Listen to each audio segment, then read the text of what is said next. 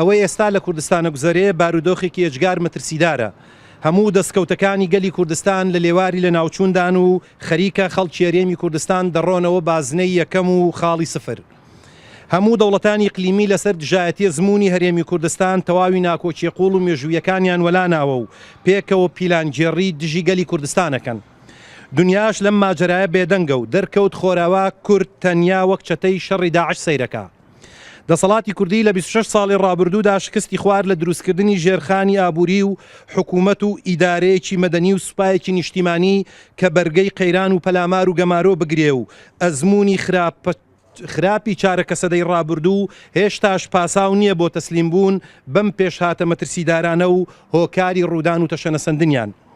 بەداخەوە هێزە سیاسیەکانی دنیای ئێمە لە لێواری هەرەسیشدا و ئێستاش هەر خەریکی گەورەکردنی درزەکە و یەکتر تەخوێنکردن و چەواشەکاری و میدیایی و سیاسین. ئێستا کات یەکڕیزیە نەک ترازان. هەر ترازانێک کورد و ئەزمونەکەی دەکاتە تۆزی بەربا و دەبێت 100 ساڵی دیکە چاوەڕێ بین بۆ ئەزمونێکی دیکەی دەسەڵات و ئیدارەدانی کوردی.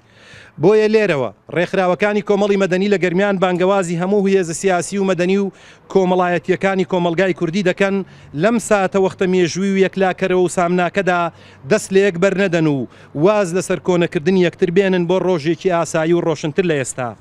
ئێستا کات یەکڕیزی و بە یەکەوە ڕوبەڕووبوونەوە و بڕیاردانە و هەر پەلکێشکردنێکی هێزە دەرەکیەکان و هەر شکانەوەیەکی تاکلایەنە بەلای هێزێکی ئەقلیمیدا زەنگی دوو ئیدارەی و شەڕی ناوخۆ و کاولکاری و ماڵکاولگی زیاترە. دەبێ پێشمەرگە و مێژوو خاک و شەهید و ئاه و حەسرەتی دایکی شەهید کۆمان کاتەوە ئەم هێزە سیاسیە نەدەکرێ بە ئەزمموی شکست خواردویانەوە بڕۆن بەڵام کورد دەمێنێ.